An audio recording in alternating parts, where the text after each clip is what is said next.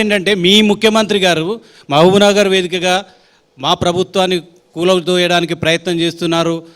అదే కేసీఆర్ గారు కేటీఆర్కు ఇటీవల కూడా ఒక కమెంట్ చేశారు. నల్గొండ ఖమ్మంలోనే కాంగ్రెస్లో బాంబులు ఉన్నాయి, ఆ బాంబుల పట్ల జాగ్రత్తగా ఉండాలి రేవంత్ రెడ్డి అని. ఎందుకు మీ ముఖ్యమంత్రికి కూడా ఇంత ఇన్సెక్యూర్ ఎందుకుంది, ఇంత అభద్రతా భావం ఎందుకుంది, ఎందుకు వ్యాఖ్యానిస్తున్నారు? రేవంత్ రెడ్డి గారు ఇన్సెక్యూర్గా అభద్రతా భావంతో ఉండే వ్యక్తేనా? మీరు గమనించాల్సింది, ఏదైతే ఈ టీఆర్ఎస్ పెద్దలు మాజీ మంత్రులు కానీ మాజీ ముఖ్యమంత్రి గారు కానీ ఏదైతే వారికి ఉండే 39 మంది శాసనసభ్యులు వారు ఏ రకంగా వారిని చిన్నబుచ్చే విధంగా వారు నడిచే నడకను బట్టి వారి ప్రవర్తన బట్టి పక్కదారులు చూస్తున్నారో, వారిని పక్కదారులు చూడకుండా ఉండటం కోసం, వారిని మభ్యపెట్టడం కోసం, వారిని వారి పార్టీలో ఆపుకోవటం కోసం పలాని శ్రీనివాసరెడ్డి వస్తాడు, పలాని ఎల్లయ్య వస్తాడు, పలాని పుల్లయ్య వస్తాడు అని పొంకనాలు పొంకటం తప్పితే ఏమి నమ్మి ఏ విశ్వసనీయత మీ దగ్గర ఉందని శ్రీనివాసరెడ్డి కానీ ఇంకొక వ్యక్తి కానీ మీ పార్టీలోకి రావాలి అని అనుకుంటాడు అన్నది యావత్ తెలంగాణ ప్రజలు ఒక్కసారి ఆలోచించాలి. అదే రకంగా బీఆర్ఎస్ పార్టీలో ఉన్న శాసనసభ్యులు కూడా ఒక్కసారి మీరు భోజనం చేసి ప్రశాంతంగా మంచం మీద పడుకున్న తర్వాత ఆలోచించండి.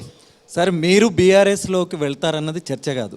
మీరు గతంలో బీఆర్ఎస్లో పనిచేశారు, అక్కడి ఎమ్మెల్యేలతో మీకు సంబంధాలు ఉన్నాయి. ప్రస్తుతం కాంగ్రెస్లో కొనసాగుతున్నారు, బీజేపీతో కూడా మీరు టచ్లో ఉన్నారని. మీరు వీళ్ళందరి శాసనసభ్యులను తీసుకొని ఒక ఏక్నాథ్ షిండే లాగా మీరు మారుతారన్న ప్రచారం అయితే బాగా జరుగుతుంది. అంటే గతంలో అనేక వేదికల మీద చెప్పాను, మళ్ళీ చెప్తున్నాను మీకు. నాకు ఇక్కడ లేనిదేంది కాంగ్రెస్ పార్టీలో వెరీ కంఫర్ట్ ఉన్నాను. ఇక్కడ మంత్రే కానీ శ్రీనివాస్ రెడ్డి గారు ఇక్కడ మంత్రే కానీ అక్కడ పోతే సీఎం అవుతారు. పరుగెత్తి పాలు తాగిన దానికంటే నిలబడి నీళ్లు తాగటం మంచిదని వెనక పెద్దల సామెత చెప్పినట్టు ప్రశాంతంగా స్వేచ్ఛగా గాలి పీల్చుకుంటూ ఈ ప్రభుత్వంలో పెద్దలు రేవంత్ రెడ్డి గారు ముఖ్యమంత్రిగా వారు క్యాబినెట్లో చాలా కంఫర్ట్ జోన్లో ఉన్నాం. నేనే కాదు, నాతో పాటు సహచార మంత్రులందరూ కూడా ఉన్నారని కూడా చెప్పగలుగుతారు. కేసీఆర్ని నమ్మి ఎవరు పోరు అని చెప్తున్నారు, కానీ బీజేపీ మోడీని నమ్మి పోతారు. మీరు మోడీ కాంగ్రెస్ నుంచి తీసుకొని బీజేపీలోకి ఎమ్మెల్యేలను తీసుకొని పోయేది మీరే అనేది చాలా ఎక్కువగా ప్రచారం జరుగుతుంది. మీరు నమ్మాల్సింది, ఇది నార్త్ ఇండియాలో స్టేట్స్ కాదు. మోదీ గారి ఎత్తులు జిత్తులు వారి మాటలు నమ్మటానికి తెలంగాణ ప్రజలు అక్కడ సిద్ధంగా ఏమీ లేరు. అందుట్లో శ్రీనివాసరెడ్డి గారు మరింత ఉండడు, అది వారికి తెలుసు. కాంగ్రెస్ ఎమ్మెల్యేల మీద కాంగ్రెస్ పార్టీకి కానీ సీఎం కానీ నమ్మకం లేకుండా పోయిందా? సారీ, మీకు వచ్చింది. కాంగ్రెస్ ఎమ్మెల్యేల మీద కాంగ్రెస్ పార్టీకి కానీ రేవంత్ కానీ నమ్మకం లేకుండా పోయిందా?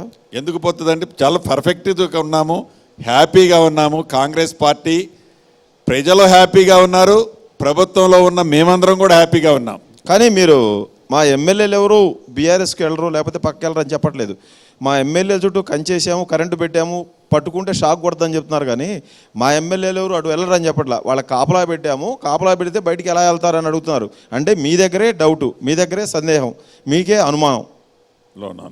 కంచేసాము, కరెంటు పెట్టాము, కాంపౌండ్ వాల్ కట్టాము, దేనికి పెడతామండి? అది పడికట్టు పదం తప్ప హైటెన్షన్ ఎమ్మెల్యేలుగా ఉన్న కాంగ్రెస్ పార్టీలో ఎమ్మెల్యేలుగా ఉన్న శాసనసభ్యులు కానీ మంత్రులు కానీ ముఖ్యమంత్రి గారు కానీ ఇక్కడ కంఫర్ట్ జోన్ ఉన్నప్పుడు, అధికారంలో పార్టీ ఉన్నప్పుడు, హ్యాపీగా ప్రజలకు మంచిగా సేవ చేస్తున్నప్పుడు ఈ పార్టీని వదిలి బయటికి పోయే పరిస్థితి ఎందుకు వస్తుంది? కంఫర్ట్ అని ఏదైతే జాతీయ పార్టీ అని చెప్పుకునే ఇంకొక జాతీయ పార్టీ కేంద్రంలో అధికారంలో ఉన్న పార్టీలో ఉండే కంఫర్ట్ జోన్ ఏంటో అందరికీ తెలుసు. మాకు మొన్నటిదాకా ఈ తెలంగాణ రాష్ట్రాన్ని నిరంకుశంగా పరిపాలించిన నాయకుడు గురించి తెలుసు.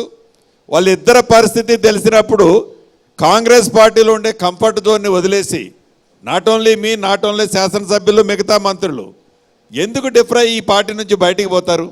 పోయే ప్రసక్తే ఉండదు. అది ఊహాజనకమైన క్వశ్చన్ కూడా ఉద్భవనం అవటం తప్పు.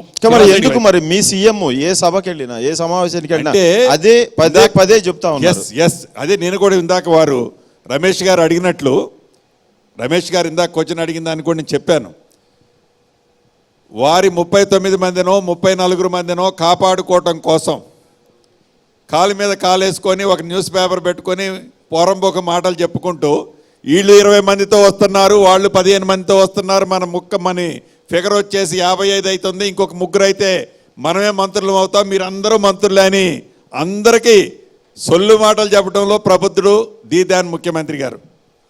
అందుట్లో డౌట్ ఏమీలే. మీ మంత్రులు కూడా చెప్పారు 29 మంది మాతో టచ్లో ఉన్నారు, గేట్లు ఎత్తాము, ఇక లాకులు తీసేసామని. ఇది నిజం, ఇది మాది పొలంబొక మాటలు కాదు.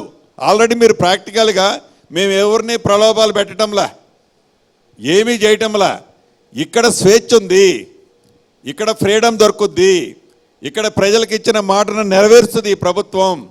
ఈ ప్రభుత్వంతో ఉంటే మన నమ్ముకున్న నియోజకవర్గ ప్రజలు చల్లగా ఉంటారని నమ్మి వాళ్ళు ఈ పార్టీకి వస్తున్నారు తప్ప గేట్లు ఎత్తడం అన్నదానికంటే నిజం కూడా మా ముఖ్యమంత్రి గారన్నా మిగతా మా మిత్రులన్నా డెఫినెట్ అది నిజం కూడా.